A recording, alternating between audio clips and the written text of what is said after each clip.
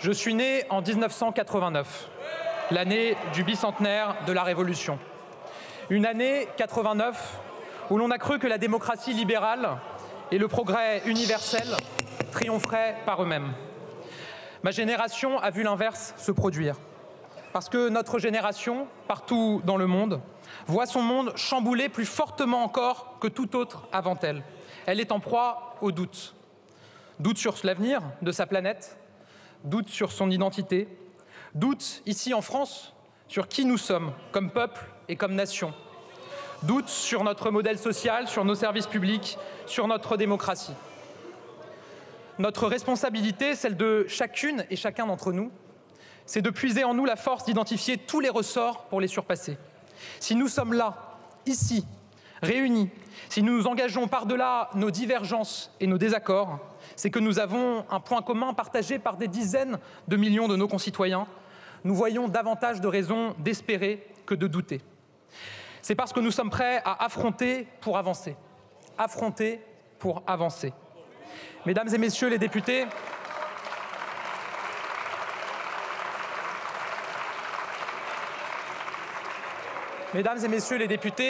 en m'exprimant face à vous, c'est en réalité à chaque citoyen de notre pays que je m'adresse.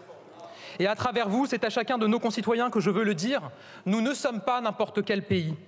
La France n'a jamais été, n'est pas, ne sera jamais une nation qui subit, ni hier, ni aujourd'hui, ni demain.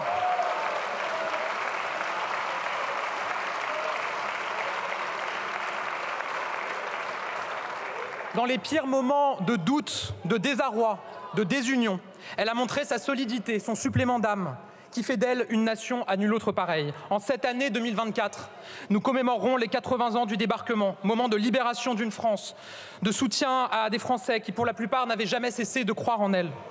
En cette année 2024, nous rouvrirons les portes de Notre-Dame de Paris alors que l'image rétinienne des flammes reste aussi vive dans l'esprit des Français. En cette année 2024, nous accueillerons le monde. Un monde bouleversé, un monde divisé. Oui, nous accueillerons le monde à l'occasion des Jeux Olympiques et Paralympiques.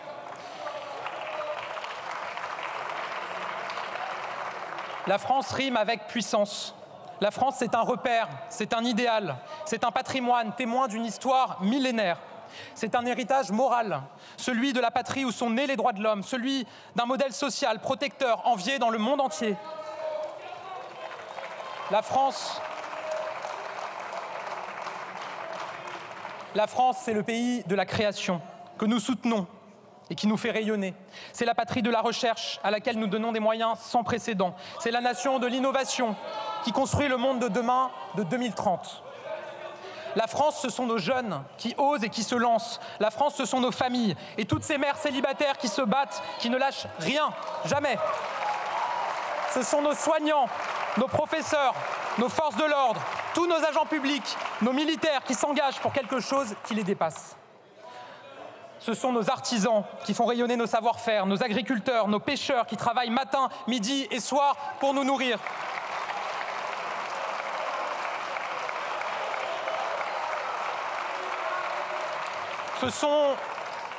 Ce sont nos élus locaux, et je suis l'un des leurs depuis 10 ans, qui s'engagent et se donnent corps et âme pour leur territoire. Ce sont nos associations, nos bénévoles. La France, c'est 68 millions de Français de l'Hexagone, des Outre-mer et de l'étranger qui n'ont pas fini de nous surprendre. Dans un monde où tout s'accélère, où tout se transforme, je refuse avec eux que notre identité puisse se diluer ou se dissoudre.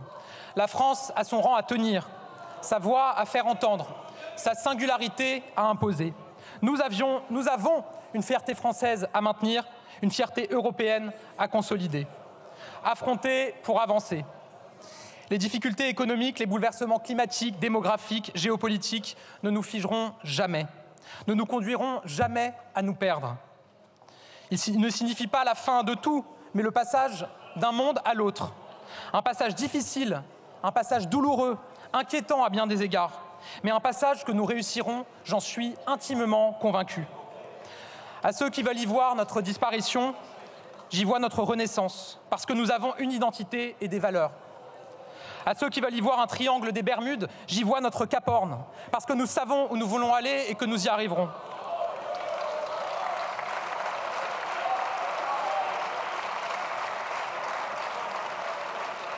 À ceux qui veulent y voir une perte de boussole, j'y vois une détermination. Parce que j'ai confiance. Confiance parce que je connais le chemin que nous avons parcouru depuis 2017, les tabous que nous avons levés, les obstacles que nous avons franchis. J'ai confiance. S'il vous plaît. J'ai confiance parce que je connais les Français, leur énergie, leur volonté, leur créativité. J'ai confiance parce que, face aux épreuves, aux inquiétudes, aux crises, notre pays s'est toujours relevé. L'épidémie de Covid a mis à jour bon nombre de fractures dans notre société. Elle a poussé notre modèle social dans ses retranchements. Mais notre pays a tenu et nous avons protégé nos concitoyens mieux que beaucoup d'autres l'ont fait.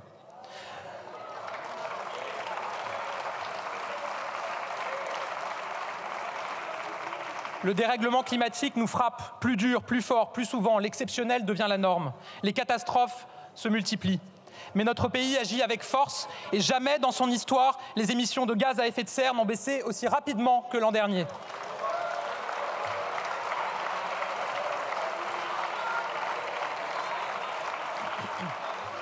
La guerre en Ukraine a ébranlé l'Europe. Elle a détruit le rêve d'une paix éternelle sur notre continent.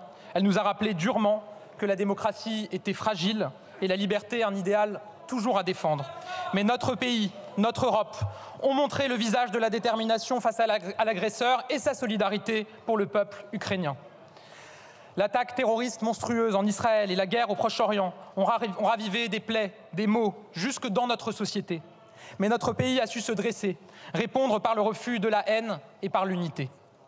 La crise énergétique, l'inflation, la menace terroriste, les crises se superposent, s'enchevêtrent et s'additionnent. Elles n'offrent aucune solution miraculeuse. Mais méthodiquement, avec les Français, nous y répondrons. Bien sûr, face à ces crises, pour beaucoup de Français, l'avenir est davantage une crainte qu'une promesse. Et encore trop de Français ont le sentiment de perdre le contrôle de leur propre vie. Avec le président de la République, avec mon gouvernement, je ne m'y résous pas, je ne m'y résoudrai jamais.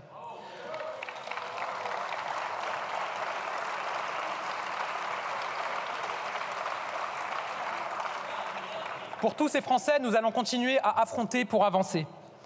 Pas par des belles paroles, de grandes tirades ou de beaux discours, mais par des actes rapides, des actes concrets, de nouveaux changements dans leur vie et sur le terrain. Madame la Présidente, Mesdames et Messieurs les députés, sous l'égide du Président de la République, l'identité même de cette majorité, de ce gouvernement, c'est de reconquérir notre souveraineté française et européenne. Notre promesse aux Français est claire. Oui, nous voulons reprendre notre destin en main en ouvrant une nouvelle page de cette conquête. Nous pouvons nous appuyer sur un bilan concret, tangible et solide.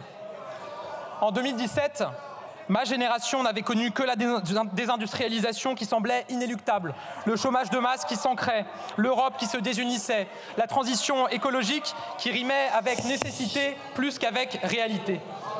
Au fond, en 2017, la souveraineté de la France et de l'Europe était pour beaucoup un impensé. Pour certains même, il s'agissait d'un gros mot. Nous avons assumé de parler de souveraineté et plus encore, nous avons assumé d'en faire la matrice de notre action. Et nous avons agi. Nous avons engagé une action résolue pour la souveraineté économique avec pour la première fois le retour de l'industrie sur notre sol, n'en déplaise aux Cassandres.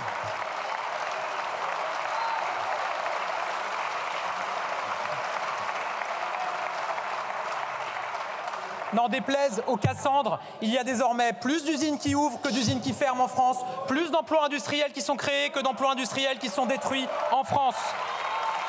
Ça n'était pas arrivé depuis 30 ans.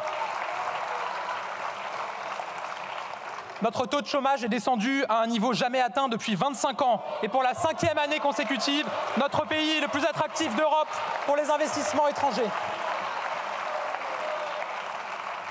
Nous avons engagé une action résolue pour lutter contre le réchauffement climatique et conquérir notre indépendance énergétique, avec une planification écologique inédite dans le monde et une stratégie énergétique pour une énergie plus souveraine et plus durable. Nous avons engagé une action résolue pour la souveraineté de nos frontières, avec une loi immigration et un pacte asile-immigration au niveau européen, enfin réellement protecteur de notre pays. Nous avons engagé une action résolue et elle prendra du temps pour que chaque Française, chaque Français puisse garder le contrôle de sa propre vie, qu'il ne soit jamais entravé, jamais assigné à résidence, jamais résigné. Et évidemment, nous avons engagé une action résolue pour la souveraineté agricole de notre pays. Mesdames et messieurs les députés, je le dis ici dès le début de cette intervention, notre agriculture est une force. Pas simplement parce qu'elle nous alimente au sens propre du terme, mais parce qu'elle constitue l'un des fondements de notre identité, de nos traditions. Parce que nos agriculteurs incarnent des valeurs fondamentales et qui, lorsqu'elles sont bridées, fragilisent l'ensemble de la société. Je pense à la valeur travail, à l'effort et à la liberté d'entreprendre.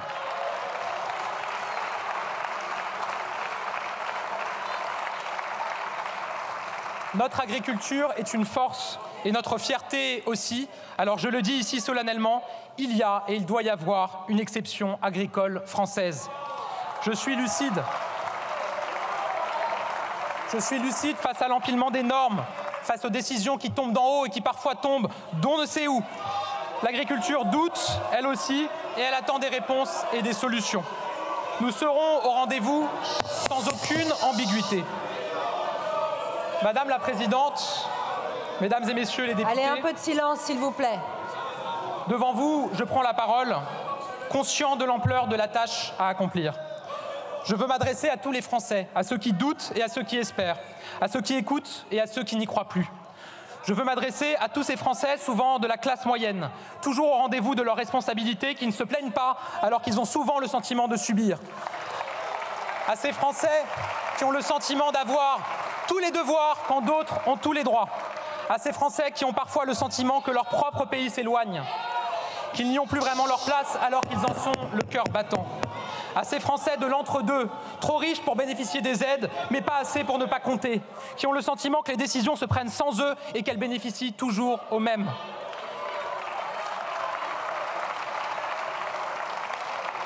À ces Français qui ont parfois l'impression de vivre dans une France archipel, dont les ponts seraient sur le point de rompre, mais ces Français qui espèrent, au fond d'eux, qu'on parviendra à les réunir.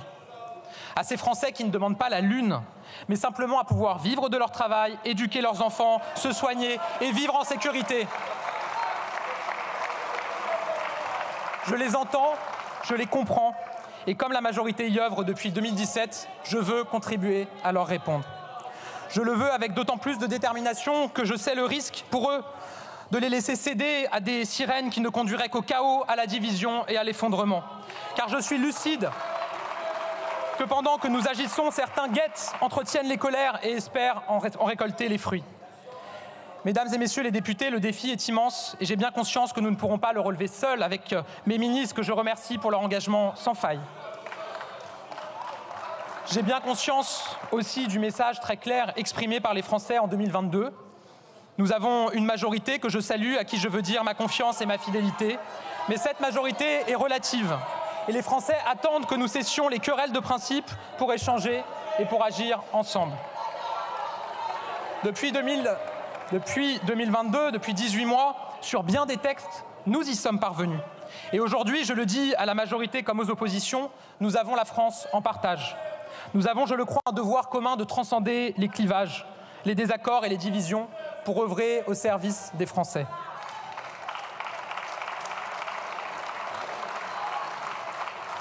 Évidemment, nous ne serons pas d'accord sur tout. Évidemment, nous nous opposerons dans cet hémicycle et ailleurs. Mais je vous le dis, je ne renoncerai jamais à dialoguer. Ma porte sera toujours ouverte. Parce qu'à travers vous, mesdames et messieurs les députés des oppositions, ce sont les voix de millions de Français qui s'expriment, même si je ne suis pas convaincu que ces millions de Français attendent qu'on cherche à couvrir son interlocuteur par des cris pendant qu'il intervient dans l'hémicycle de l'Assemblée nationale.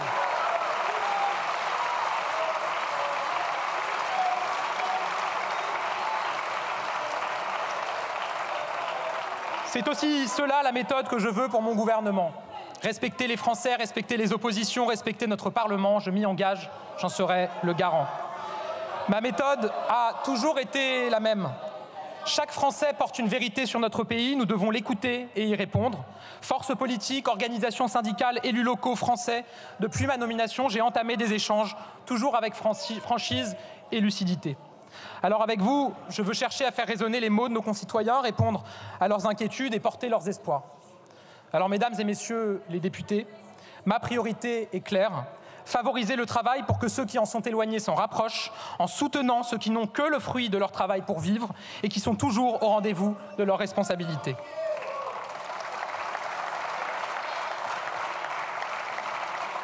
Mon cap est clair, c'est celui de la souveraineté et de l'indépendance à l'échelle individuelle, nationale et européenne. Ma méthode est claire, elle reste la même. Dire les choses, dire la vérité même quand ça fait mal, même quand ça nous conduit à remettre en cause nos propres décisions. Dire la vérité donc et agir vraiment, agir maintenant. Madame la Présidente, Mesdames et Messieurs les députés, parler aux Français, c'est au fond entendre 4 appels à l'action. Pour le travail, pour qu'ils payent mieux et toujours plus que l'inactivité, partout et pour tous. Pour nos services publics, pour qu'ils soient accessibles et de qualité, partout et pour tous. Pour l'autorité, le civisme, le respect des droits et devoirs, partout et pour tous. Pour un environnement plus respirable, partout et pour tous. Et je veux l'affirmer, nous n'avons pas renoncé aux grandes conquêtes et à la création de droits nouveaux. Mesdames et Messieurs les députés, pour le travail, pour nos services publics et le rétablissement de l'autorité dans notre société, pour la transition écologique, nous partons aujourd'hui d'un bilan solide. Derrière le cap fixé par le président de la République, nous avons multiplié les actions et les réformes. Et je veux rendre ici hommage à l'action déterminante d'Édouard Philippe, Jean Castex et Elisabeth Borne, dont le sens de l'État et la détermination à faire sont des exemples. Je veux rendre hommage à la majorité toujours mobilisée pour améliorer le quotidien des Français. Je veux saluer tous les parlementaires qui ont accepté de sortir des logiques partisanes pour permettre l'adoption de nombreux textes. Aujourd'hui, les résultats sont là. Depuis 2017, nous avons montré que le chômage de masse n'était pas une fatalité. Nous avons engagé des réformes fortes qui avaient été trop longtemps repoussées. Nous avons pris les ordonnances travail dès le début du premier quinquennat. Nous avons mené une réforme de l'assurance chômage, une réforme de l'apprentissage, une réforme des retraites. Nous avons lancé le contrat d'engagement jeune, baissé les impôts et les charges et engagé une réforme majeure du lycée professionnel. Aujourd'hui, le chômage a baissé de 2 points. 2 millions d'emplois ont été créés. Notre industrie revient avec 100 000 emplois industriels créés et la réouverture de 300 usines. Le nombre d'apprentis a plus que triplé. Ils sont désormais plus de 850 000 en France et nous avons le cap du million en vue.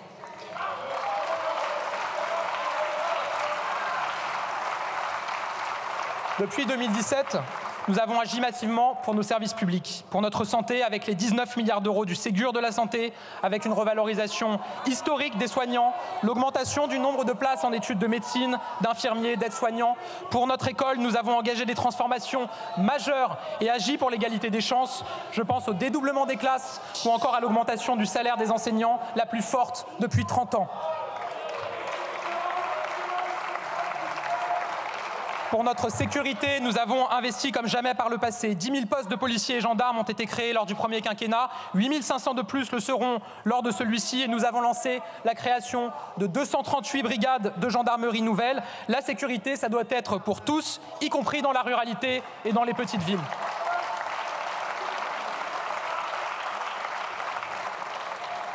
Depuis 2017, pour la planète, nous avons préféré aux grands mots les vrais actes. Nous agissons.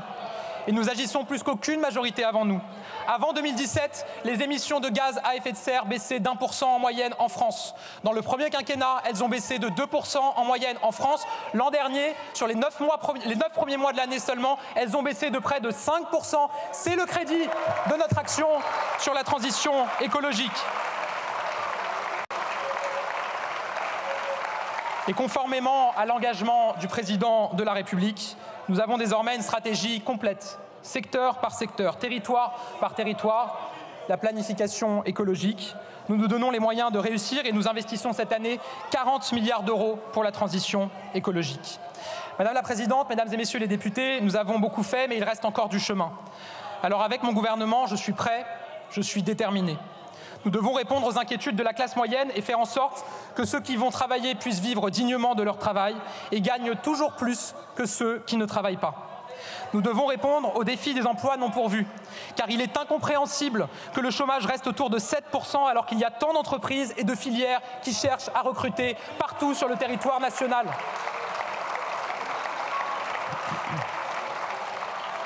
Nous avons en France un paradoxe. Nous avons un salaire minimum, un SMIC, nettement supérieur à celui de nos voisins. et nous en sommes fiers. Mais nous avons une part de nos travailleurs proches du SMIC beaucoup plus importante que nos voisins, c'est un problème. D'abord, nous agirons résolument pour que les branches professionnelles qui continuent à rémunérer en dessous du SMIC remontent ces rémunérations. C'était le cas d'une soixantaine d'entre elles l'été dernier. Grâce à la mobilisation engagée alors, nous étions descendus à une trentaine à la fin de l'année 2023. La revalorisation du SMIC au 1er janvier dernier en a fait redescendre une partie en dessous du SMIC. Je demande de poursuivre et amplifier la mobilisation pour des résultats rapides et je n'exclus aucune mesure pour y parvenir.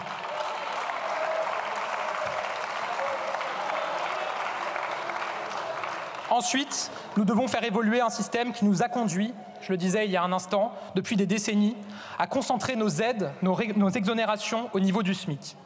Aujourd'hui, pour augmenter de 100 € le revenu d'un employé au SMIC, l'employeur doit débourser 238 € de plus. Quant au salarié, il perd 39 € de prime d'activité, il voit sa CSG et ses cotisations sociales augmenter de 26% et il rentre dans l'impôt sur le revenu. En bref, autant le dire, notre système, fruit de réformes successives, pétri de bonnes intentions ces dernières décennies, a placé notre monde économique dans une situation où il n'y a quasiment plus aucun intérêt pour quiconque à augmenter un salarié au SMIC. On ne peut accepter une France où beaucoup sont condamnés à rester proches du SMIC toute leur carrière.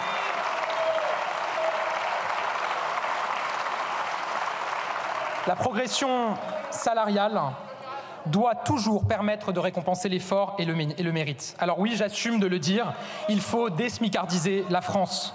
Dès le prochain projet de loi de finances, en nous appuyant sur les propositions de parlementaires, de partenaires sociaux et sur un certain nombre de travaux d'experts qui sont actuellement conduits, nous commencerons à réformer ce système. Dans le même temps, nous devons continuer à baisser les charges qui pèsent sur la classe moyenne. Après la suppression de la taxe d'habitation, de la redevance télé, la baisse de 5 milliards d'euros des premières tranches de l'impôt sur le revenu, nous tiendrons l'engagement du président de la République d'une nouvelle baisse d'impôt de 2 milliards d'euros. Cette baisse d'impôt sera financée et la solidarité nationale devra s'exercer pour nos classes moyennes. Valoriser le travail, ce n'est pas seulement pour les salariés. Nous agirons aussi pour nos fonctionnaires, qui permettent à l'État d'avancer et s'engagent au service de l'intérêt général en intégrant leurs mérites et leurs efforts à leur rémunération. Un projet de loi sera déposé dès le second semestre de cette année. Nous agirons pour nos indépendants, tous nos commerçants, nos artisans, nos agriculteurs qui sont indépendants. En 2026, nous aurons réformé l'assiette sociale des indépendants. Cela veut dire plus de droits, notamment à la retraite, sans payer davantage de cotisations. C'est l'engagement de cette majorité.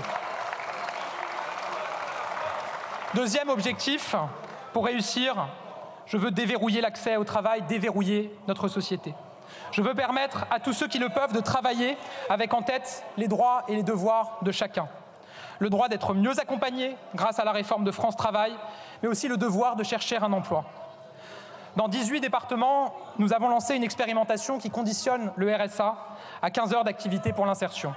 Je vous annonce que nous généraliserons ce dispositif à tous les départements de France d'ici le 1er janvier 2025.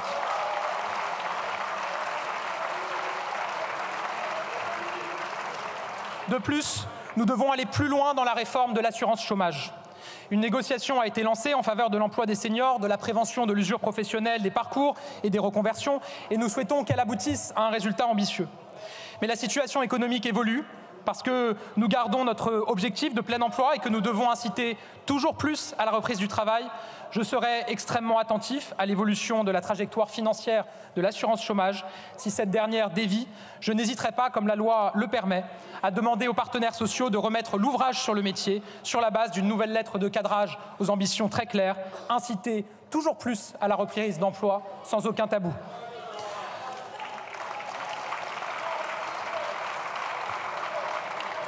Nous assumerons également de combattre toutes les trappes à inactivité. D'un côté, en rendant les droits effectifs. Nous avons été capables de faire le prélèvement à la source. Nous serons capables de mener à bien le chantier de la solidarité à la source pour éviter les démarches inutiles, garantir la justice sociale pour que chacun touche l'intégralité de ce à quoi il a droit. Combattre les trappes à inactivité, c'est permettre le droit effectif de chacun grâce à la solidarité à la source, et je l'assume. C'est aussi assumer de réinterroger notre modèle.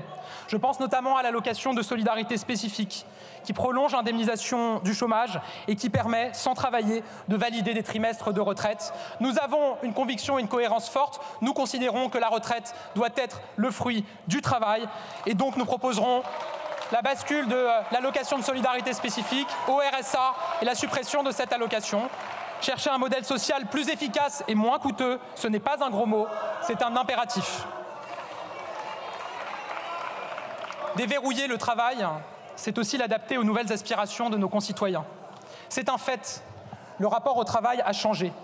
Je mesure dans ma génération comme dans les autres les changements de mentalité, les nouvelles attentes sur les horaires, sur la disponibilité, sur l'équilibre entre vie professionnelle et vie familiale. Ces aspirations ne doivent pas être niées. Elles ne doivent pas être caricaturées non plus, au risque de décevoir certains ici. Personne ne demande un droit à la paresse dans notre pays.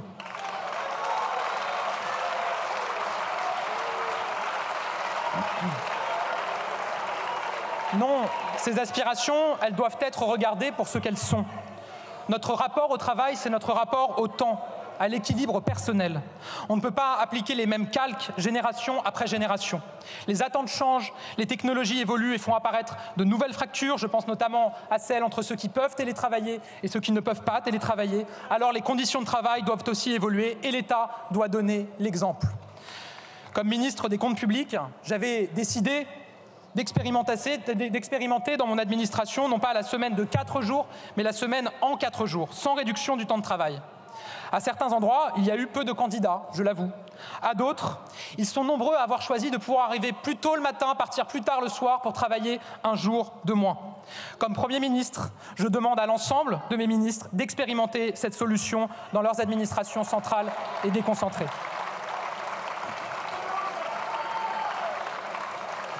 Oui, l'État doit donner l'exemple s'agissant de l'organisation du travail, notamment pour toutes ces personnes qui travaillent dur et qui se sentent invisibles. Je pense notamment aux personnes du ménage, parfois forcées à faire des heures de transport en commun au milieu de la nuit, tout ça pour éviter qu'elles ne travaillent en même temps que les salariés et qu'elles croisent les agents qui sont dans les bureaux. Là aussi, je veux que l'État montre l'exemple et que désormais, dans l'État, les personnels d'entretien de l'administration qui le souhaitent puissent travailler aux mêmes horaires que tout le monde, c'est-à-dire aux horaires de bureau.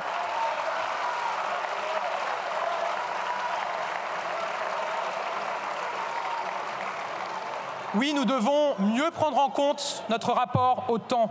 Et nous continuerons à avancer dans le chantier du compte épargne-temps universel, véritable sac à dos social qui doit permettre à ceux qui le souhaitent de travailler beaucoup plus. Un peu de silence, s'il vous plaît, mes chers collègues. Juste un peu de silence, il y a un brouhaha continu. Je vous remercie de bien vouloir baisser d'un ton. Merci. Monsieur le Premier ministre. Je pense, Madame la Présidente, qu'ils ont compris que je ne m'arrêterai pas malgré leurs hurlements et donc je peux continuer sans aucune difficulté.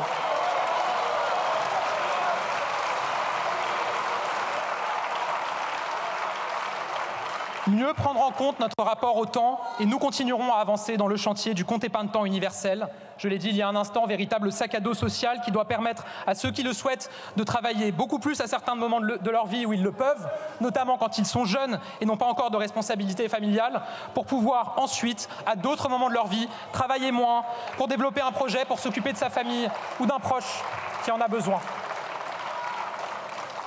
Déverrouiller notre économie, c'est aussi conquérir de nouvelles libertés, refuser le principe de rente, être capable de continuer à transformer et libérer. Un projet de loi en ce sens sera examiné au printemps. Il permettra notamment de déverrouiller certaines professions comme les syndics ou encore les ventes en ligne de médicaments par les pharmacies. Mesdames et messieurs les députés, beaucoup d'entre vous me l'ont dit, s'il est un secteur qu'il faut déverrouiller, c'est bien le logement. Le problème du logement est clair. Il tient à la fois à l'offre et à la demande. Or, pouvoir se loger, acquérir son logement, c'est pour tant de Français le projet d'une vie, l'assurance d'une retraite sereine. En lien avec les élus locaux, nous répondrons à cette crise du logement en créant un choc d'offres avec 5 solutions immédiates proposées. D'abord, nous allons simplifier massivement les normes, revoir les DPE, simplifier l'accès à MaPrimeRénov', faciliter la densification, lever les contraintes sur le zonage, accélérer les procédures. Ensuite, nous désignerons dans 2 semaines 20 territoires engagés pour le logement, où nous accélérerons toutes les procédures, comme nous avons su le faire pour les Jeux Olympiques et Paralympiques, avec pour objectif d'y créer 30 000 nouveaux logements d'ici 3 ans.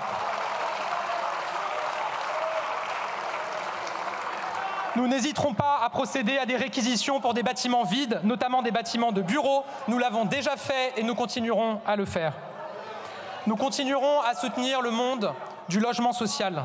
Nous avons agi pour lui en maintenant le taux du livret A, avec 1,2 milliard d'euros pour leur rénovation énergétique, avec des plans de rachat massifs. Nous voulons également répondre aux causes structurelles de la crise du logement social. Le coût élevé du foncier avec un nouveau prêt de très long terme, 2 milliards d'euros distribués par la Banque des Territoires. Et nous allons aussi contribuer à faire évoluer le monde du logement social. Le faire évoluer pour inciter les élus à développer de nouveaux programmes. Aussi, je vous annonce que nous allons donner aux maires la main pour la première attribution dans les nouveaux logements sociaux construits sur leur commune. C'était une mesure attendue par les élus locaux.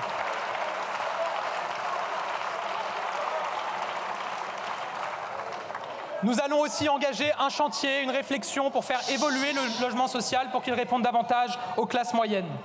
Vous le savez, d'ici 2025, toutes les communes soumises à la loi SRU doivent posséder au moins un quart de logements sociaux sur leur territoire. Nous proposerons et nous mettrons en débat d'ajouter pour une part les logements intermédiaires accessibles à la classe moyenne dans ce calcul des 25%.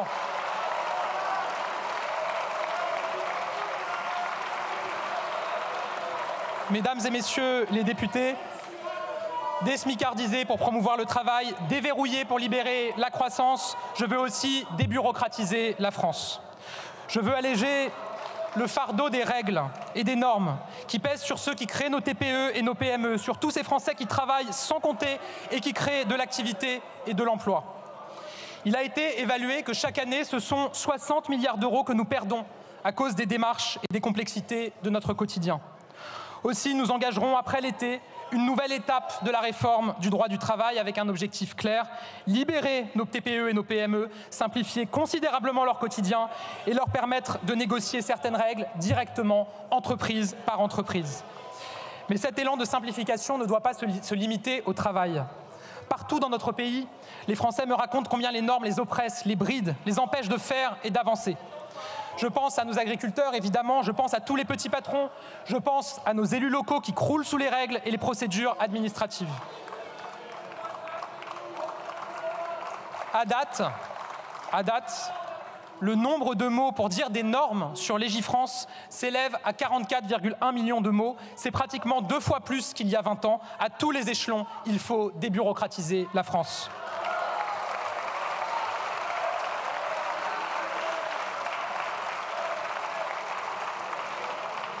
Nous évaluerons les normes qui peuvent être supprimées ou simplifiées avec les Français, avec les professionnels, avec les élus. Nous regarderons les démarches qui peuvent être améliorées. Tous les sujets sont sur la table. Mon seul objectif, c'est de libérer les Français dans leurs initiatives, c'est de les laisser vivre et respirer. Supprimer des normes, c'est possible. Vendredi dernier, j'ai annoncé la suppression de 10 premières normes nationales pour nos agriculteurs et beaucoup d'autres suivront. Au niveau local, en Haute-Garonne, en quelques réunions sur une semaine la semaine dernière, le préfet et les agriculteurs se sont accordés sur l'abrogation de 4 arrêtés préfectoraux. Cette logique est étendue dès cette semaine à l'ensemble des départements français.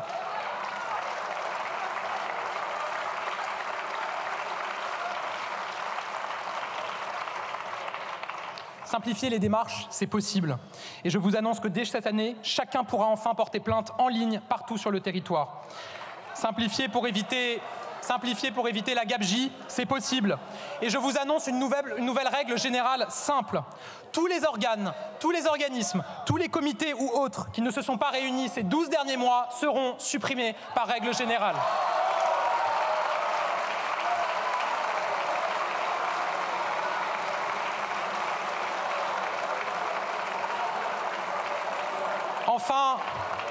Enfin, des pans entiers de notre économie demandent des simplifications encore drastiques, notamment pour accélérer le retour de notre industrie. Pourquoi ? Parce que trop de délais, c'est moins de projets, et donc moins d'emplois et moins de croissance. Quand un investisseur veut implanter un projet en Europe, quelque chose lui saute aux yeux. En France, il faut 17 mois en moyenne pour implanter un projet industriel. En Allemagne, c'est 2 fois moins. Ça ne peut pas continuer.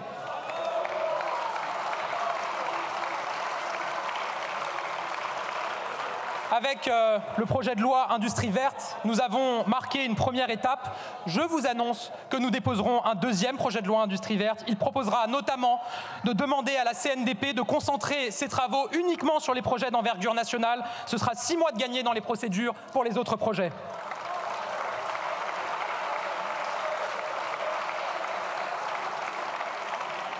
La bureaucratie qui recule, c'est la liberté qui avance. Je veux libérer les Français des contraintes qui les freinent et sont autant de boulets pour notre économie. Madame la Présidente, Mesdames et Messieurs les députés, déverrouiller, désmicardiser, débureaucratiser, oui, mais dans un seul objectif, réarmer notre pays. Je veux le dire d'emblée, le préalable du réarmement de la France, c'est la responsabilité budgétaire. Nous devons faire preuve d'une responsabilité exemplaire dans nos finances publiques. Il en va de notre souveraineté, il en va de la survie de notre modèle social, il en va de la protection des plus fragiles, de la protection des classes moyennes, qui seraient les premières victimes des coupes massives et des hausses drastiques auxquelles nous serions contraints si nous ne tenons pas notre trajectoire de réduction des déficits et de notre dette. Et je le dis, pour nous, le meilleur moyen de réduire nos déficits, ça restera le travail et la croissance. Pour certains, la croissance est un gros mot. Et pour cela, on n'a que le mot « taxer » à la bouche. Tout y est passé dans les propositions parlementaires ces 2 dernières années. J'étais aux premières loges en tant que ministre du Budget. Vous avez voulu taxer les heures supplémentaires des ouvriers, le patrimoine des retraités et même les successions des petits agriculteurs. À cela, je le réaffirme, quand on taxe tout, très vite, il n'y a plus rien à taxer et on ne taxe plus rien du tout.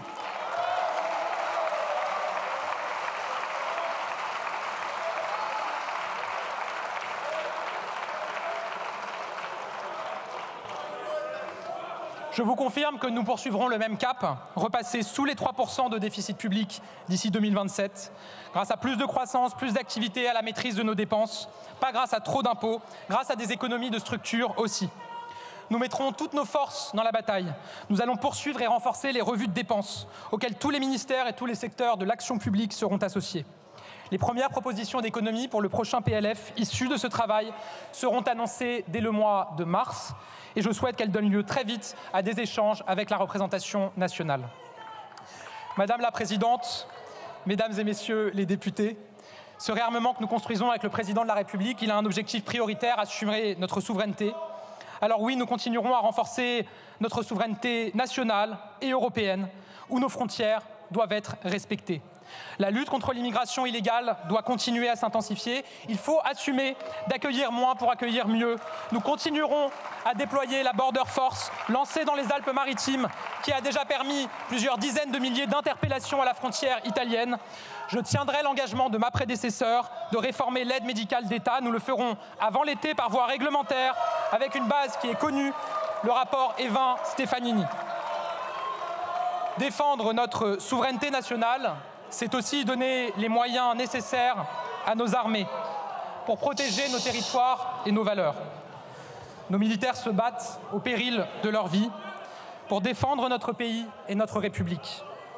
Et dans le cadre de la loi de programmation militaire, nous tiendrons nos engagements vis-à-vis d'eux. En 2 quinquennats, nous aurons doublé le budget du ministère de la Défense. Avec vous tous, avec vous toutes, je veux rendre hommage aux femmes et aux hommes de nos armées, rendre hommage à ceux qui sont tombés pour nous défendre. Leur sacrifice nous oblige, notre reconnaissance est infinie.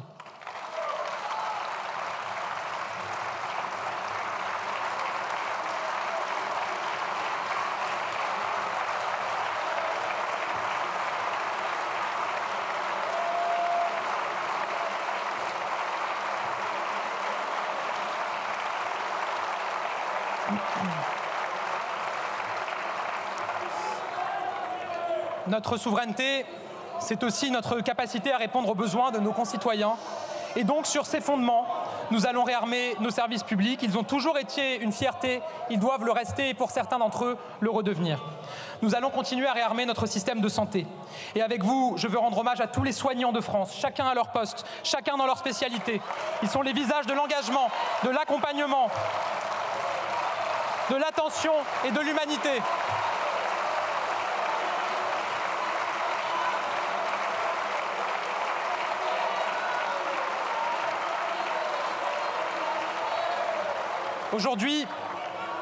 Aujourd'hui, quel est le problème? Malgré le travail de nos soignants, le temps médical manque. Un peu de silence. Nos compatriotes ne trouvent pas suffisamment de médecins et les délais aux urgences se rallongent. Cela se traduit par la désertification de notre pays et par la saturation de nos hôpitaux et en particulier des urgences. L'objectif est clair, plus de temps médical. Premier pilier, agir pour qu'il y ait plus de médecins devant les Français. Les effets de la suppression du numerus clausus ne se feront pas sentir immédiatement, alors nous devons mettre en œuvre des solutions fortes tout de suite. C'est pourquoi, comme l'a annoncé le président de la République, nous procéderons à la régularisation des médecins étrangers sur notre territoire.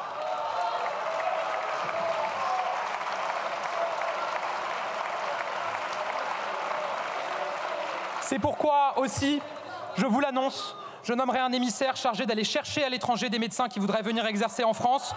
Et nous devons trouver les moyens de faire revenir nos jeunes Français qui sont partis étudier à l'étranger.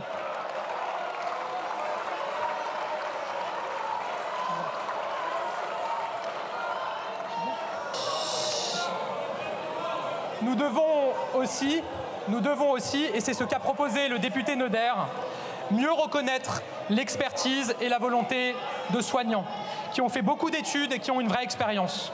Une infirmière anesthésiste qui a un bac+5, plusieurs années de carrière et d'expérience, elle doit pouvoir, si elle le souhaite, rentrer directement au moins en 3e année de médecine pour devenir médecin, si elle le souhaite.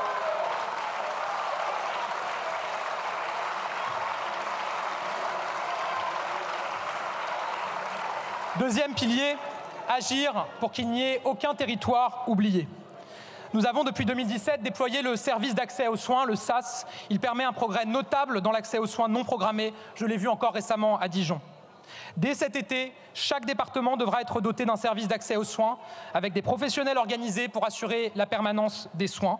Dans les départements où il n'y aurait toujours pas de service d'accès aux soins et de réponse satisfaisante, je suis prêt à aller plus loin en restaurant des obligations de garde pour les médecins libéraux en soirée ou le week-end, dans leur cabinet, à l'hôpital ou en maison de santé.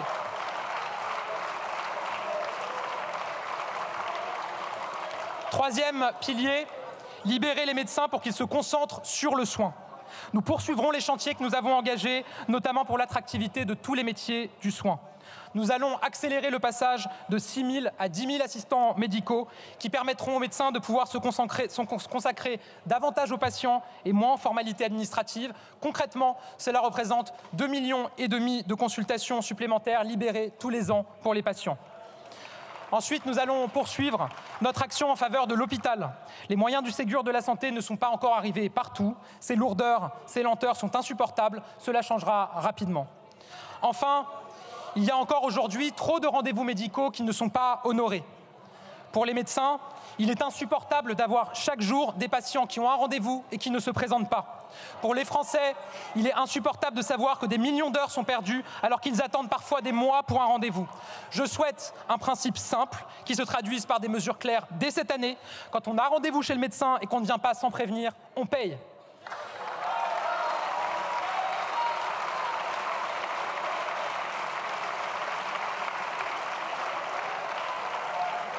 Protéger nos concitoyens, c'est aussi les accompagner à tous les âges de la vie et à toutes les étapes de la vie. Nous continuerons à agir pour l'enfance, notamment l'enfance en danger. Nous continuerons à bâtir une société où chacun peut vieillir dignement, comme il l'entend, en facilitant le maintien à domicile de ceux qui le souhaitent et en améliorant le quotidien en EHPAD. Le défi humain et financier est immense et nous avancerons ensemble. Mesdames et messieurs les députés, parler de santé, c'est trop souvent oublier la santé mentale. Le mal-être, les dépressions, les pensées suicidaires ont beaucoup progressé chez nos jeunes. Je veux faire de la santé mentale de notre jeunesse une grande cause de notre action gouvernementale, avec là aussi des mesures claires et immédiates. D'abord, réformer le dispositif Mon Soutien Psy. Il faut être lucide, ce dispositif partait d'une bonne intention, mais il n'a pas donné les résultats escomptés. Il faut avoir le courage de le reconnaître, même si c'est nous qui l'avons mis en place. Je vous annonce donc que nous allons le rénover de fond en comble. Nous allons augmenter le tarif de la consultation remboursée pour limiter au maximum le reste à charge pour les jeunes patients et leurs familles. Et pour lever tous les verrous, nous permettrons aussi aux jeunes d'avoir accès directement aux psychologues pris en charge sans nécessairement passer par un médecin.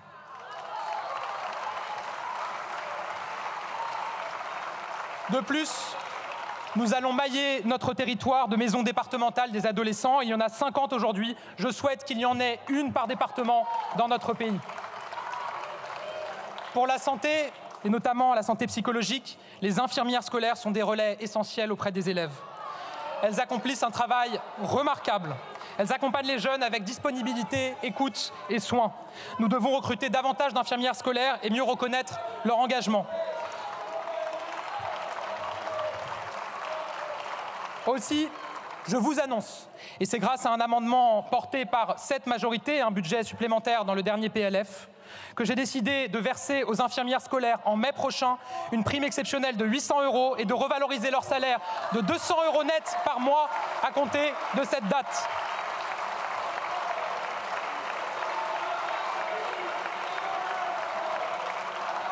Je demande également au gouvernement de travailler à des revalorisations pour les autres personnels sociaux et sanitaires en milieu scolaire.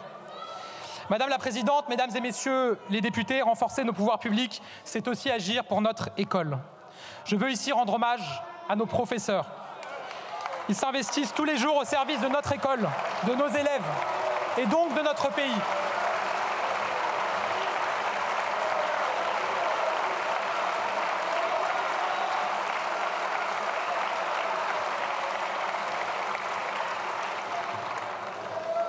J'ai souvent dit ma fierté d'être leur ministre et aujourd'hui, comme Premier ministre, je n'oublie rien de ce que nous leur devons et je serai toujours à leur côté. Je l'ai dit sur le perron de l'hôtel de Matignon.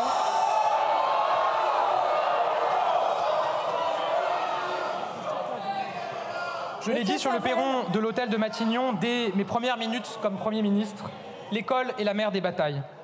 Sur l'école, là aussi, il faut partir de la réalité des faits. Et pas uniquement des classements internationaux, il suffit d'écouter ce que nous disent nos Français, et notamment les parents et les grands-parents. Que nous disent-ils? Que ces dernières décennies, le niveau a baissé, que si le nombre d'heures d'absence remplacées a triplé ces derniers mois, le compte n'y est toujours pas. Que nous disent les professeurs? Qu'ils croient en leur métier, mais qu'il est de plus en plus difficile à exercer, qu'ils ont parfois peur d'enseigner des pans entiers de notre histoire et de notre littérature. Que nous disent les jeunes qui envisagent de devenir enseignants, que la formation initiale telle qu'elle est organisée ne correspond pas à leurs attentes et freine leur vocation. Nous allons continuer à leur répondre. Pour élever le niveau des élèves, j'avais lancé le choc des savoirs, il doit maintenant se déployer. Le choc des savoirs, c'est assumer que tout le monde ne progresse pas au même rythme, que tout le monde n'a pas les mêmes facilités ou les mêmes difficultés. La décision du redoublement sera désormais à la main de l'équipe pédagogique et les groupes de niveau commenceront à se mettre en place dès cette année dans nos collèges.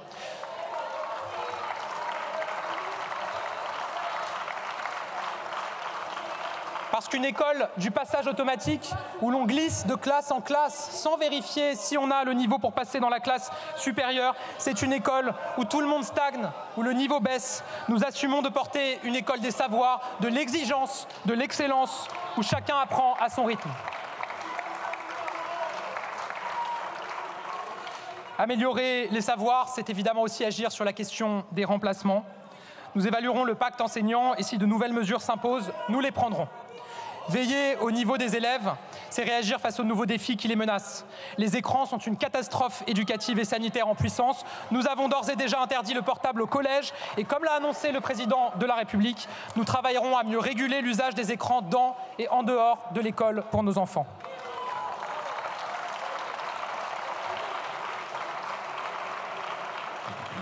J'ajoute qu'une école des savoirs, c'est aussi une école qui permet de se projeter dans l'avenir.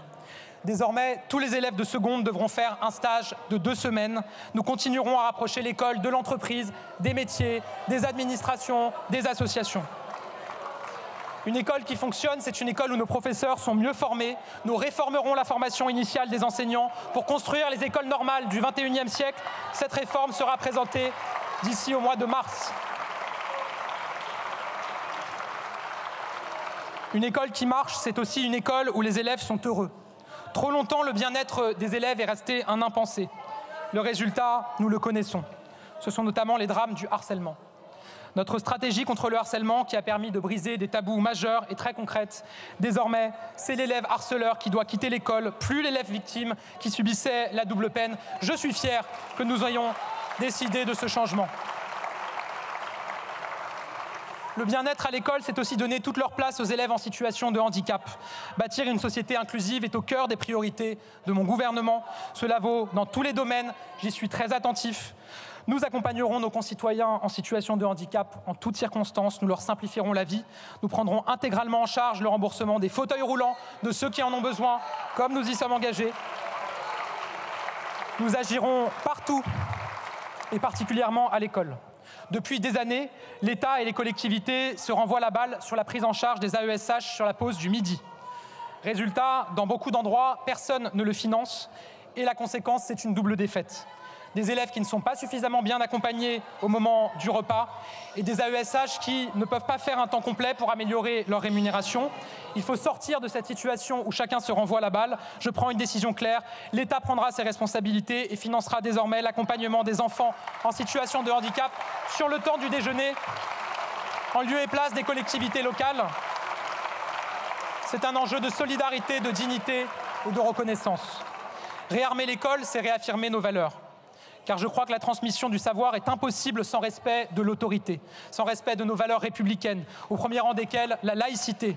On ne négocie pas avec la République, on l'accepte, on la respecte en entier, sans mais, sans la moindre exception.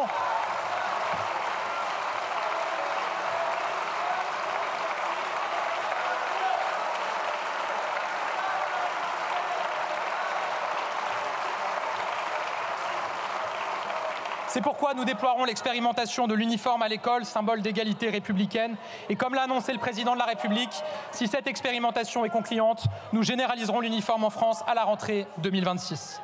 Je veux le dire également, je ne peux pas me résoudre à ce que certains professeurs craignent d'aborder certains chapitres du programme.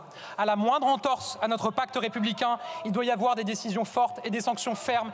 Et cela doit nous conduire à revoir l'échelle des sanctions dans nos établissements scolaires pour ne rien laisser passer. Mesdames et messieurs, réussir le réarmement civique, c'est au cœur des priorités de mon gouvernement. Nous devons faire respecter l'autorité partout, dans les classes, dans les familles, dans les rues. Ce respect s'apprend à l'école, je le disais, mais ce respect passe aussi par les familles. Les violences de juillet dernier ont profondément marqué notre pays. Parmi les émeutiers, des très jeunes parfois, qui semblaient avoir déjà coupé les ponts avec notre société, qui ne respectent plus leurs parents, pour qui la violence semble un moyen comme un autre de tromper l'ennui. Je ne me résoudrai pas à ce qu'on préfère attendre avant de donner une lourde peine, alors que bien souvent, c'est très tôt qu'il aurait fallu agir. Nous devons disposer de sanctions adaptées pour les mineurs de moins de 16 ans.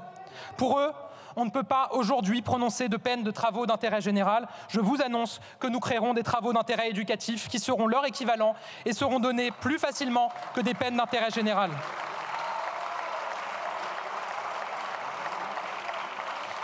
Cela fera partie de la révision de l'échelle des sanctions dans nos établissements scolaires que j'évoquais il y a un instant. Dès le plus jeune âge, il faut en revenir à un principe clair. Tu casses, tu répares, tu salis, tu nettoies, tu défies l'autorité, on t'apprend à la respecter.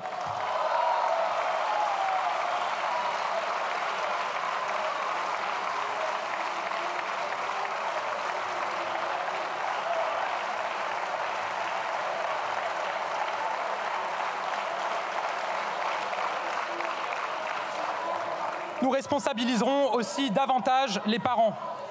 Dans le cadre du projet de loi sur la justice des mineurs, nous soutiendrons la mise en place de travaux d'intérêt général pour les parents de jeunes délinquants qui se sont totalement et volontairement soustraits à leurs obligations et responsabilités parentales. Mais je le dis, il est hors de question d'accabler certaines familles. Quand on est une mère seule de plusieurs enfants dans un quartier, on peut être totalement dépassé par les événements et on n'est pas toujours responsable de la dérive de ses enfants. Pour elles, au contraire, cette dérive est un échec et une douleur terrible. Nous devons les aider.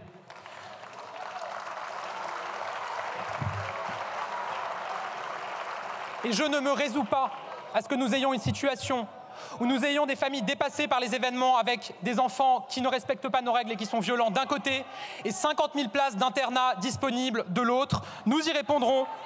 Désormais, quand un jeune sera sur la mauvaise pente, plutôt que de les laisser plonger dans la délinquance, nous proposerons aux parents de le placer en internat en y facilitant l'accès, y compris financier. Nous allons le couper de ses mauvaises fréquentations, nous allons lui offrir un cadre, un enseignement, une chance.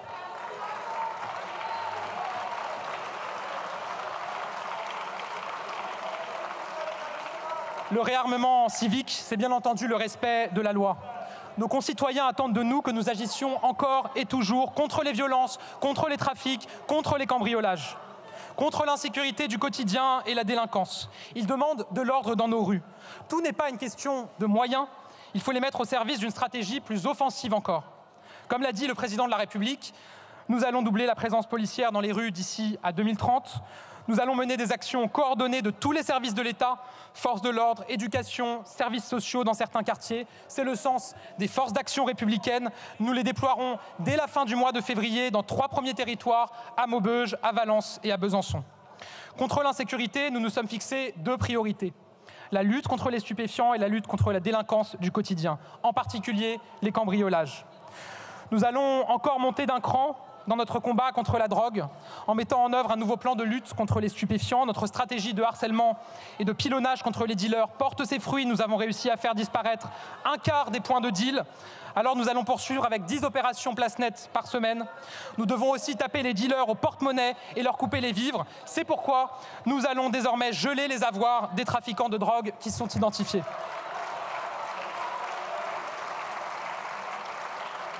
Notre réarmement civique passe par une justice plus rapide et plus efficace. Ensemble, nous allons envoyer un message clair. L'impunité, c'est fini. Nous avons décidé de moyens exceptionnels pour notre justice. Ils seront au rendez-vous pour accélérer les délais. Nous allons améliorer le fonctionnement de la justice avec plus de magistrats, plus de greffiers, avec une organisation plus respectueuse de nos concitoyens et une nouveauté.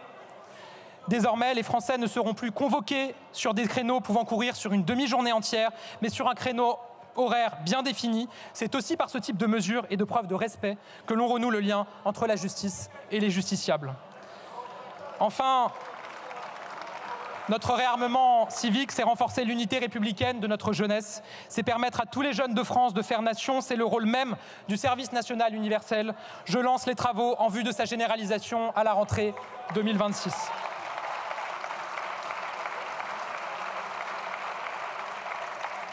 Mesdames et messieurs les députés, parler de nos services publics, c'est aussi parler de nos territoires. Chacun n'a pas les mêmes défis, les mêmes attentes, les mêmes besoins. J'évoquerai demain longuement devant le Sénat la stratégie sur les territoires. Je veux d'ores et déjà ici, puisque vous êtes aussi élus de circonscription et pour un bon nombre d'entre vous élus locaux comme moi, vous dire quelles sont nos attentes. Mon gouvernement sera toujours à l'écoute des territoires et des élus locaux. Toutes les solutions se construiront avec eux. Je peux vous assurer aussi que nous cherchons toujours des solutions adaptées aux réalités du terrain en ayant recours à la différenciation, à l'adaptation des normes. Nous continuerons à avancer, c'est le sens de la mission confiée à Éric Woerth qui nous remettra ses propositions dans les prochains mois. Nous chercherons ensemble un chemin pour une autonomie de la Corse dans la République, comme s'y est engagé le président de la République. Alors que je parle de différenciation de territoire, j'ai une pensée pour les territoires d'outre-mer, où elle s'impose tout particulièrement. Y réarmer nos services publics y est peut-être plus crucial, plus vital encore qu'ailleurs. Les Outre-mer sont un atout déterminant pour notre pays. Il y a dans chaque territoire d'Outre-mer l'enthousiasme de notre jeunesse, la détermination à réussir l'avenir. Mais nos Outre-mer concentrent aussi tous les défis. Contre la vie chère, pour l'emploi, pour la sécurité, pour la santé, l'école, la lutte contre l'immigration illégale et la transition écologique. Chacune de nos politiques publiques doit tenir compte des spécificités outre-mer, j'y tiens. Et pour faire face aux enjeux exceptionnels auxquels son territoire est confronté, nous déposerons une loi sur Mayotte. Je veux ici avoir un mot particulier pour la Nouvelle-Calédonie. Je souhaite que le processus politique en cours aboutisse. J'y veillerai et vous examinerez dans quelques semaines un projet de loi constitutionnelle sur l'avenir de la Nouvelle-Calédonie. Madame la Présidente, Mesdames et Messieurs les députés, ensemble, je vous propose d'accélérer encore notre transition écologique. Le dérèglement climatique, ce ne sont pas seulement quelques degrés de plus. Ce sont des vies détruites par les intempéries, ce sont des exploitations agricoles menacées et avec elles, toute notre capacité à nous nourrir. Ce sont des maisons et des immeubles menacés par la montée des eaux, fissurés par les mouvements des sols. Face à ces constats, certains voudraient une écologie de la brutalité. Pour eux, l'écologie doit être punitive, douloureuse, passer par la désignation de boucs émissaires et par la décroissance. La décroissance, je le redis ici, c'est la fin de notre modèle social, c'est la pauvreté de masse. Jamais je ne l'accepterai.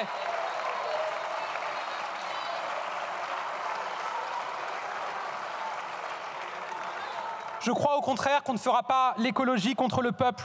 Je crois au contraire qu'il faut entendre les inquiétudes des Français, de tous les Français. Il faut entendre les agriculteurs qui travaillent et qui s'inquiètent pour leur avenir et leur métier. Il faut entendre les élus locaux qui veulent développer leur commune. Il faut entendre les millions de Français des villes moyennes, des petites communes et de la ruralité, pour qui la voiture est gage de travail et de liberté. L'écologie sans le peuple, c'est paver le chemin aux crises sociales et au renoncement. Au contraire, nous allons continuer à bâtir ensemble une écologie populaire, une écologie à la française, avec les Français, pour les Français.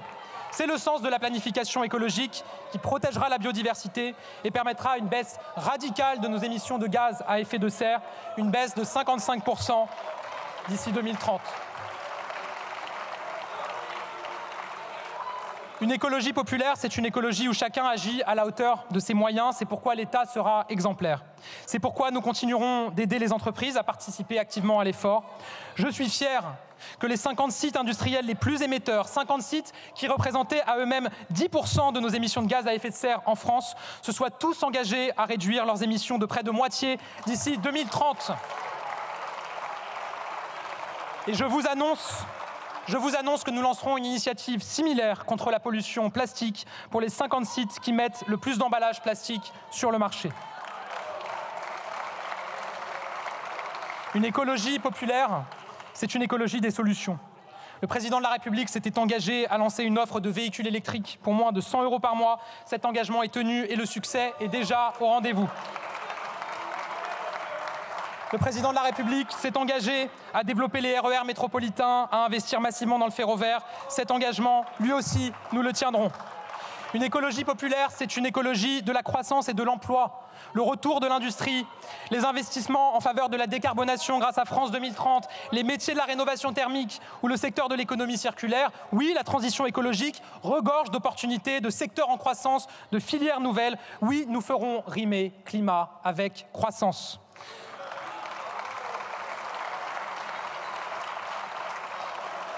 Une écologie populaire, c'est une écologie qui se construit au plus près des réalités des Français et des territoires. Des concertations sont en cours partout en France, aux côtés des élus locaux. Nous donnerons à chacun les moyens de le faire et je souhaite que le financement de leurs plans locaux de transition écologique soit établi partout d'ici l'été. Une écologie populaire, c'est une écologie qui protège et assure notre souveraineté. Grâce à la sobriété, aux énergies renouvelables, au nucléaire, nous allons assurer notre indépendance énergétique. Je veux le dire sans ambiguïté, là aussi, il faut être clair. Le nucléaire est une fierté française.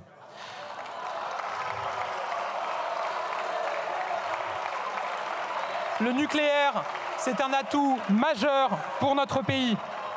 J'assume d'être à la tête d'un gouvernement pro-énergie nucléaire, avec une majorité pro-énergie nucléaire qui me soutient.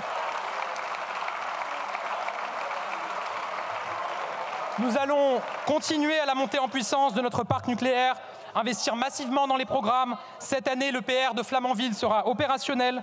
C'est aussi grâce au nucléaire que nous pouvons garantir les meilleurs prix aux Français. Nous protégerons mieux les consommateurs et régulerons les prix d'électricité afin qu'ils se rapprochent des coûts de production. Et nous continuerons à développer les énergies renouvelables de la même manière que nous développerons le nucléaire dans notre pays. Enfin, mesdames et messieurs les députés, bâtir une écologie populaire, c'est répondre aux aspirations de notre jeunesse. Réussir la transition écologique est le défi de notre génération. Notre jeunesse veut s'engager, participer, aider. Elle le fait déjà beaucoup d'ailleurs. Elle se demande parfois comment être utile pour la planète. C'est pourquoi nous lancerons un service civique écologique qui rassemblera d'ici à la fin du quinquennat 50 000 jeunes prêts à s'engager concrètement pour le climat.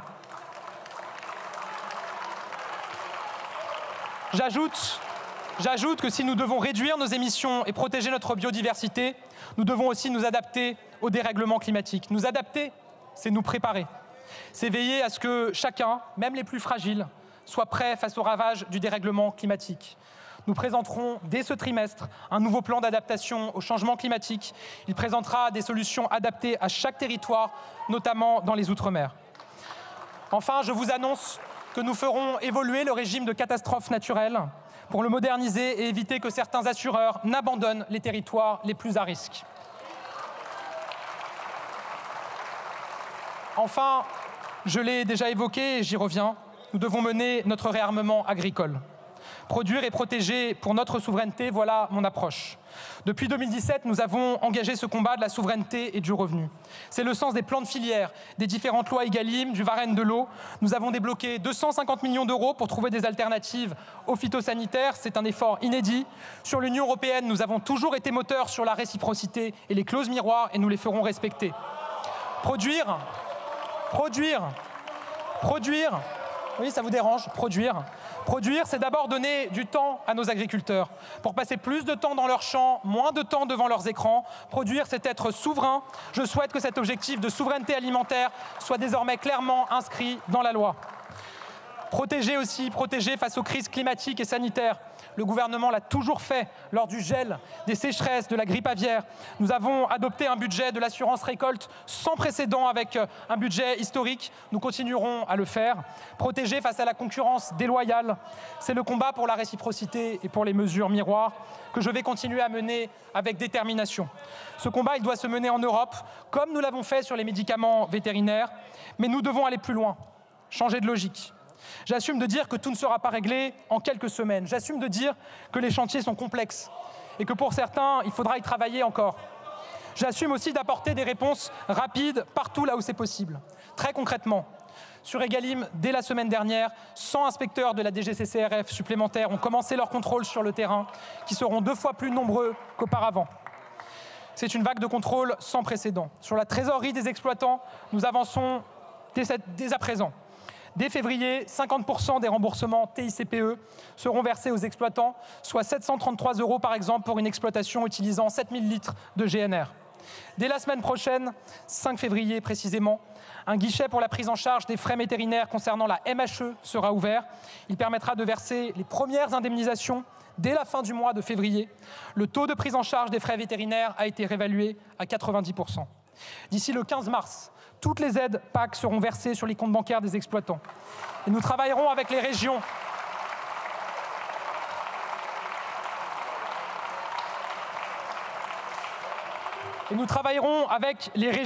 Pour que les aides à l'installation des jeunes agriculteurs puissent être versées dans les prochaines semaines. Pour certains, cela fait plus d'1 an qu'ils attendent. Et la semaine dernière, le fonds d'urgence Bretagne a été doublé.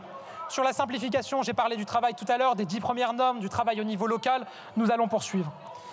Et nous irons plus loin encore. Et tout ce que nous pouvons faire dès maintenant, nous le ferons. D'ores et déjà, je peux vous dire que nous avons avancé ces derniers jours dans la discussion, dans l'échange avec les agriculteurs et leurs représentants sur une série de sujets. Sur l'élevage, nous avons mis en œuvre un dispositif fiscal qui doit leur permettre de faire face à l'inflation, notamment sur les prix de leurs bêtes. Nous le renforcerons pour protéger toujours davantage nos éleveurs. Sur Egalim, là c'est très clair, j'ai déjà parlé des amendes et des contrôles, mais je peux vous dire que toutes les amendes qui seront infligées à l'industrie et à la grande distribution seront réutilisées pour soutenir financièrement nos agriculteurs. Sur la viticulture, oui, nos viticulteurs souffrent, mais notre filière viticole est notre fierté. Elle fait rayonner la France. Et donc je vous annonce que nous allons débloquer dans les prochains jours des moyens nouveaux avec un fonds d'urgence avant la fin de la semaine pour soutenir nos viticulteurs, particulièrement en Occitanie. Sur les contrôles, je lance aujourd'hui un grand plan de contrôle sur la traçabilité des produits. L'objectif est clair, garantir une concurrence équitable, notamment pour que les normes qu'on applique aux agriculteurs soient aussi respectées par les marchandises étrangères. Au niveau européen, nos 3 priorités immédiates sont claires. Les jachères, les importations ukrainiennes, notamment de volailles, et le Mercosur. Ces sujets sont portés très fortement par le gouvernement et le président lui-même. Nous avons engagé une coalition de 22 pays sur la question des jachères et nous sommes proches d'aboutir à une nouvelle prolongation de la dérogation. Nous ne nous laisserons pas faire. Nous prendrons toutes les mesures pour éviter toute surtransposition, d'où qu'elle vienne. Je le sais, nous ne sommes pas au bout du chemin. Il y aura de nouvelles conquêtes dans les jours qui viennent. Je pense notamment aux jeunes agriculteurs, à la transmission des exploitations. Mais nous agissons vite, fort, avec détermination et respect pour nos agriculteurs. Madame la Présidente, Mesdames et Messieurs les députés, réarmer la France, c'est continuer à conquérir de nouveaux droits. Le Président de la République a fait de l'égalité entre les femmes et les hommes la grande cause de ses quinquennats. Elle sera au cœur des engagements de mon gouvernement. C'est le sens de la réforme du congé parental annoncée par le Président de la République. Aujourd'hui, le congé parental ne laisse pas assez de revenus aux familles. Bien souvent, il est inégalement réparti dans le couple, éloigne durablement les femmes de l'emploi. Alors, comme toutes les inégalités, nous devons la combattre. Aussi, le congé parental sera transformé en congé de naissance de 6 mois, mieux rémunéré, que les parents pourront se répartir entre eux. Conquérir de nouveaux droits, c'est reconnaître et défendre sans relâche le droit des femmes à disposer de leur corps. Nous inscrirons le droit à l'interruption volontaire de grossesse au sein de notre texte fondamental de notre Constitution. Conquérir de nouveaux droits, enfin, c'est être aux côtés de nos concitoyens jusqu'au bout de la vie. La fin de vie est sans doute l'une des questions les plus intimes et les plus délicates qui soient. C'est se pencher sur son histoire, c'est repenser aux souffrances endurées par certains, c'est s'interroger sur soi-même, sur ce que l'on voudrait face à l'insupportable et à l'irréversible, face à l'irréparable. On ne peut légiférer sur la fin de vie qu'avec une grande prudence, une grande retenue et un grand respect. Aujourd'hui, nos compatriotes, clairement, nous appellent à revoir notre droit. C'est une demande des familles, c'est une demande des malades. C'est un appel grave auquel nous devons répondre. Nous y répondrons. Nous renforcerons considérablement les unités de soins palliatifs dans notre pays, avec une unité par département. Avant l'été, nous examinerons un projet de loi sur l'aide active à mourir dans notre pays. Ce débat animera notre société, je le sais. Je souhaite qu'il puisse se tenir dans une volonté d'équilibre et dans le respect des convictions de chacun. Madame la Présidente, Mesdames et Messieurs les députés, je viens de tracer les grandes orientations que suivra mon gouvernement. En suivant ce chemin, je propose aux Français d'avoir pleinement le contrôle sur leur vie. Je souhaite que la France retrouve pleinement la maîtrise de son destin, qu'elle soit pleinement souveraine. Une souveraineté industrielle, technologique et numérique, créatrice d'innovation et d'emplois. Une souveraineté énergétique qui nous protégera des crises, protégera l'environnement et garantira des prix plus bas aux Français.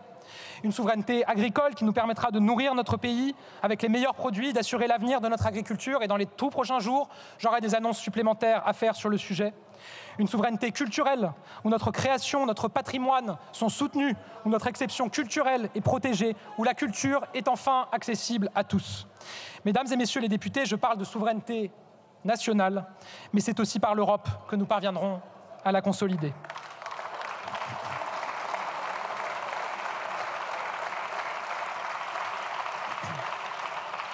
Depuis 2017 et le discours de la Sorbonne du président de la République, l'Europe a changé. Elle a surmonté les crises, pris ses responsabilités. C'est grâce à l'Europe que nous avons pu avoir des vaccins face à l'épidémie. Grâce à l'Europe que nous avons bénéficié du plan de relance massif. C'est grâce à l'Europe que nous soutenons l'Ukraine depuis le premier jour face à l'agression russe. Grâce à l'Europe que nous avons imposé des normes aux géants du numérique. Grâce à l'Europe que nous avons instauré un impôt minimal sur les grandes sociétés multinationales pour lutter contre l'optimisation fiscale. Grâce à l'Europe que nous contrôlerons mieux nos frontières grâce au pacte asile-immigration. Un pacte que je résume en une phrase. Nous contrôlerons enfin qui peut entrer dans l'espace Schengen et qui ne le peut pas. Grâce à l'Europe aussi que nous investissons massivement dans certains secteurs stratégiques et pour notre industrie. Je le dis, ceux qui prônent la fin de l'application des traités sont les partisans d'un Frexit déguisé qui affaiblirait la France.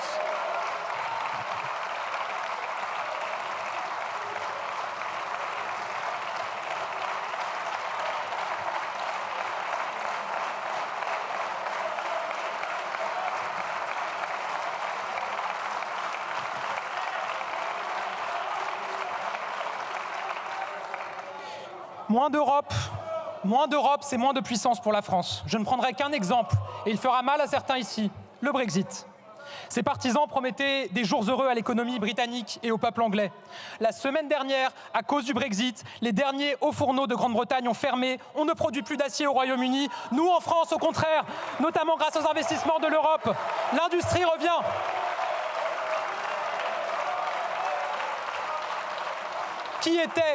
Qui étaient les premiers partisans en France du Brexit? Qui a baptisé dans les villes qu'il dirige des rues du Brexit? Qui s'est affiché ouvertement avec le leader du camp du Brexit? C'est le Rassemblement national.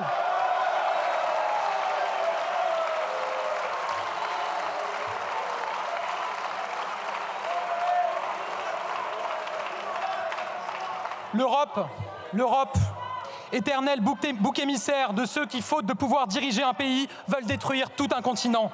Pas un Français ne pense que nous pouvons nous passer d'Europe. Pas un Français non plus ne pense que l'Europe a su pleinement trouver la juste place dans sa vie. Ils ont raison. Tout n'est pas parfait. Il reste des chantiers à mener. Mais les faits sont là. Avec l'Europe, notre puissance est démultipliée et ces dernières années, nous avons commencé à la changer.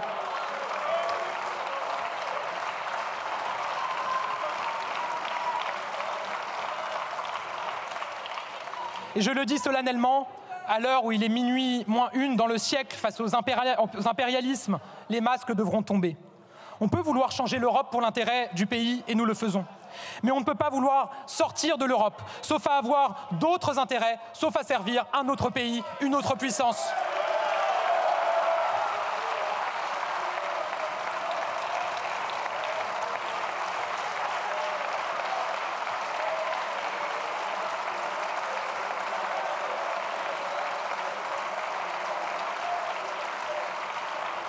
Madame la Présidente, Mesdames et Messieurs les députés, voilà les grands principes qui guideront mon action, celle de mon gouvernement, pour la France et pour les Français. Pour notre France qui n'a jamais perdu son ambition de grandeur. Pour ces Français qui n'ont jamais manqué à leurs devoirs. Ces axes que je vous ai présentés, ils sont une réponse aux enjeux de la nation. Probablement pas la seule, mais le reflet de l'ambition que nous portons avec le Président de la République. Ils correspondent aussi aux rêves qu'une génération avait appris à ne plus porter. Trouver un emploi stable, acheter un logement, fonder une famille, faire des sacrifices mais acceptables s'ils servent à l'ascension de leurs enfants. Aimer les paysages, une culture commune, une société libre et tenue. Dans une époque si difficile, il n'y a pas de réponse simple, mais il y a des espoirs tranquilles à raviver. J'assumerai toujours de débattre avec vous. Je respecterai toujours vos opinions, vos propositions. Je ne rejetterai jamais la critique tant qu'elle est constructive. Ces mots, je les adresse à vous. Je les adresse aussi aux Français. Je sais leurs attentes. Je sais qu'ils ne me pardonneront rien. Les temps sont troublés, les doutes sont nombreux, mais l'espoir est là. La France est puissante. Parce que ce qui nous réunit est toujours plus fort. Parce que la France, notre pays, notre nation, notre terre demeureront notre fierté. Parce que oui, être français en 2024, oui, c'est une fierté. Notre société est plus ouverte, plus audacieuse, plus pionnière que l'image que nous nous renvoyons parfois à nous-mêmes. Être français en 2024, c'est vivre dans un pays où l'histoire s'écrit. Être français en 2024, c'est vivre dans un pays qui n'a pas renoncé au progrès social, à protéger les droits de tous, et surtout de toutes, et à en conquérir de nouveaux. Être français en 2024, c'est vivre dans un pays dont l'honneur est de se battre pour la stabilité du monde, pour la justice et pour la paix. Être français en 2024, c'est, dans un pays qui il y a 10 ans seulement se déchirait encore sur le mariage pour tous, pouvoir être Premier ministre en assumant ouvertement son homosexualité. De tout cela, je vois la preuve que notre pays bouge, la preuve que les mentalités évoluent, la preuve que nous n'avons aucune raison de céder à la fatalité. Alors je n'ai qu'une chose à dire à nos concitoyens. Quelle que soit leur couleur de peau, leur origine, leur adresse, leur croyance, la France est votre pays. Et en France, tout est possible. Madame la Présidente, Mesdames et Messieurs les députés, oui, nous sommes fiers d'être Français. Et avec vous, je veux faire briller cette fierté française. Je viens de vous présenter le cap de mon gouvernement. Le cap pris sous l'autorité du Président de la République pour reprendre pleinement notre destin en main et restaurer notre souveraineté. Et aujourd'hui, nous sommes prêts à voir la vérité en face, prêts à écouter, prêts à entendre la voix de tous les Français, prêts à agir, prêts à œuvrer sans relâche, fidèles à notre devise républicaine, prêts à garantir la liberté, à œuvrer pour plus d'égalité, à toujours choisir la fraternité. Parce que, Madame la Présidente, Mesdames et Messieurs les députés, nous ne sommes pas n'importe quel pays. Nous ne serons jamais une puissance moyenne qui se résignerait au déclin avec fatalité. Nous ne sommes pas condamnés à subir, mais déterminés à agir, déterminés à prendre notre destin en main, déterminés, Madame la Présidente, Mesdames et Messieurs les députés, parce que nous sommes la France et que rien ne résiste au peuple français.